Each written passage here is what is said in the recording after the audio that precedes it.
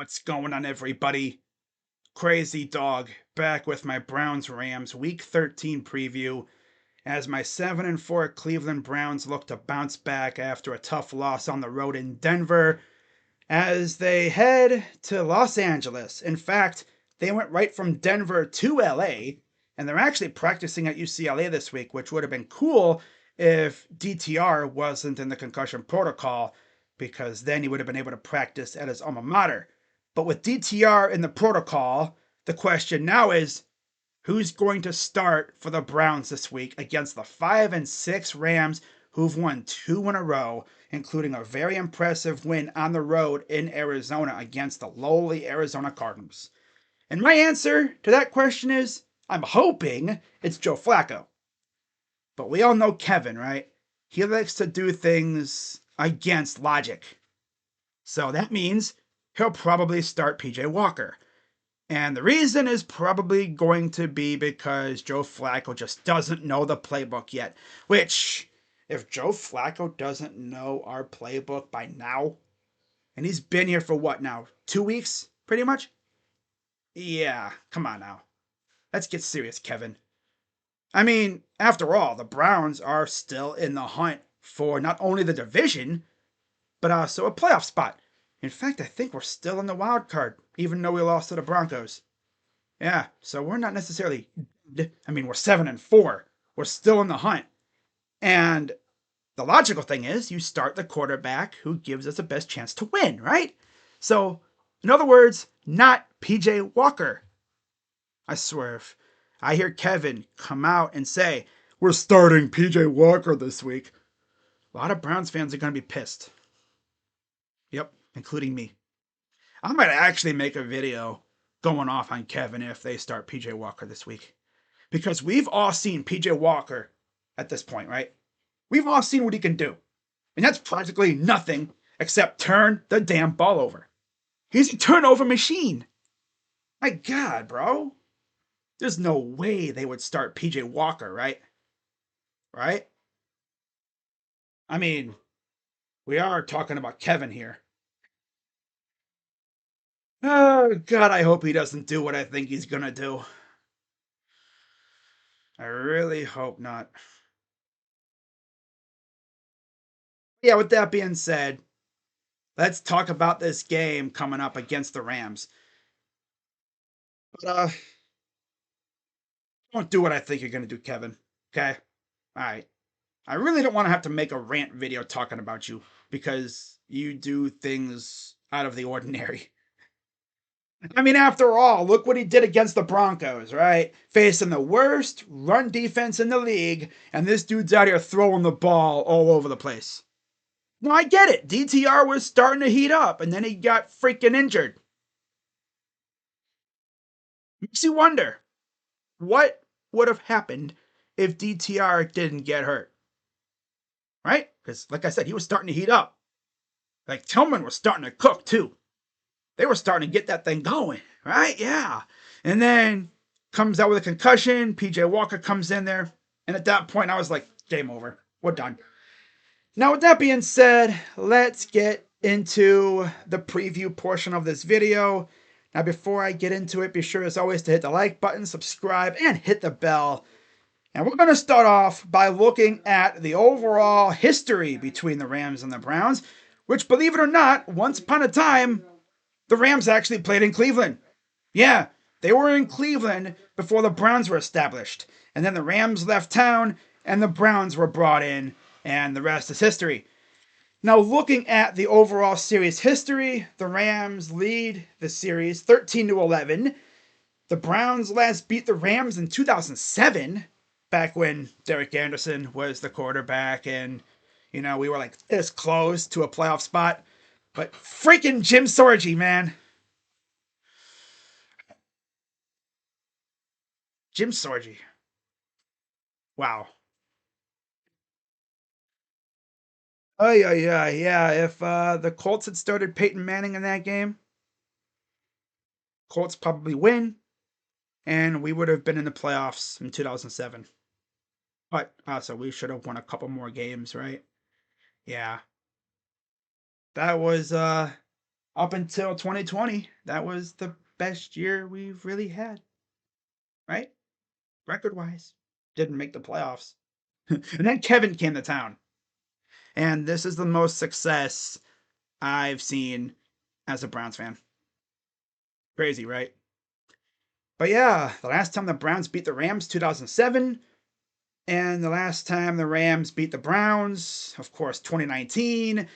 And in that game, of course, we all remember that game. That was when the Browns inducted Clay Matthews Jr. into the Browns Ring of Honor. And of course, that was also where the infamous run play on 4th and 9 happened. Classic Freddie Kitchens. You ever wonder what Freddie Kitchens is doing right now?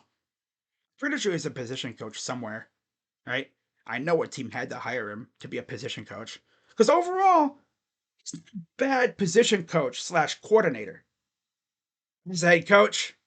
Yeah, he's ass. I still wonder to this day why they hired Freddie over Kevin. Yeah, how about that, right? Remember? It was Freddie or Kevin. I get why they would hire Freddie because of what happened the year prior. You know, the offense was looking really good with him calling the plays. Granted, they were mainly using Hughes' playbook or Todd Haley's playbook. But, I mean, things were looking good. And they figured, maybe Freddie can keep that thing going as the head coach. And that turned out to be one of the worst decisions they could have made because the team absolutely regressed and it only lasted a year. And then they decided to right the wrong and they hired Kevin.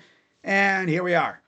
One of the most successful runs we've seen from a Browns head coach in recent history. Love to see it. But yeah, I do not want to remember that 2019 game. Yep, that was bad. Running the ball on 4th and 9. Like, what are you thinking, bruh? But yeah, let's get into my 3 keys to victory. Yay! Alright, key number 1. Try to slow down the Stafford Kupp duo. That's going to be tough, especially if Miles and Denzel are out. Because Greg Newsome, yeah, buddy, you got cooked by Sutton. I don't want to know what Kupp would do to you. All I'm going to say is, Greg, lock in and essentially just lock down who you are up against. If it's Cooper Kupp, just go out there and give it your best shot. Because Cooper Kupp is that dude. Now, if we have Denzel, I feel perfectly fine with Denzel guarding Cooper Kupp. Because Denzel, when he's healthy, is arguably a top 10 corner in the league. But key word is when he's healthy. Yeah, that's the key there. When he's healthy. Because he's had trouble staying healthy as of late. Yeah. Thanks a lot, Ronnie Stanley. Just had to hit him with a cheap shot, didn't you? From the back, when he wasn't even looking at you. Of course. Ay, ay, ay, man. But yeah, we got to find a way to stop Stafford and Kupp, especially if Miles doesn't play. Because, believe it or not, after the game against the Broncos, Miles said he couldn't even lift his left shoulder and that he heard a pop. So, I saw that on my Twitter feed. I instantly thought, oh God, are we really going to lose 2 of our best players to shoulder injuries? But thank God it's nothing serious. He'll be fine. So that's good. Key number 2, Joe Flacco. I hope so. I hope to God they start Joe Flacco this week.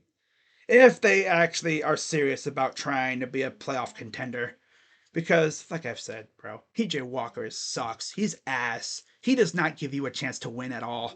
I mean, if the fate of the city of Cleveland was in PJ Walker's hands, where if he turned the ball over, there's like some doomsday device under the city that just blows up and turns the city into a ginormous crater.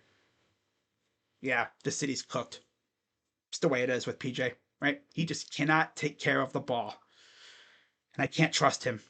So, if they are serious about being a playoff team, you start Joe Flacco. I cannot believe I am saying that in 2023, but here we are.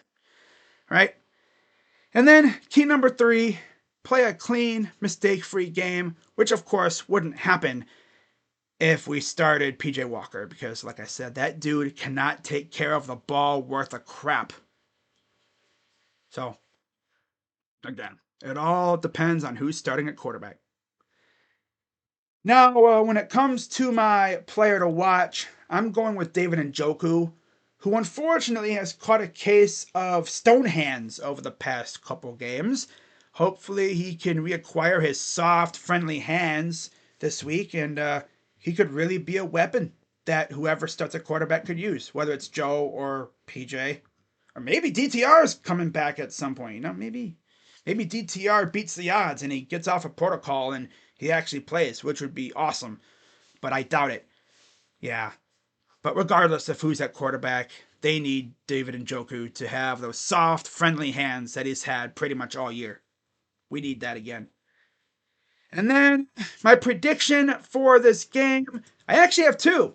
I have one for if Joe starts, and I have one for if PJ starts. Now, if Joe starts, I got it going to the Browns 28-24.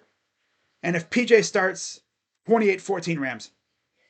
So, yep. So we'll see what happens. If I have any updates, I will definitely post a video or whatnot. So that being said, guys, that's going to wrap it up for this video. As always, be sure to hit the like button, subscribe, hit the bell, become a member for exclusive perks like cool emotes and whatnot.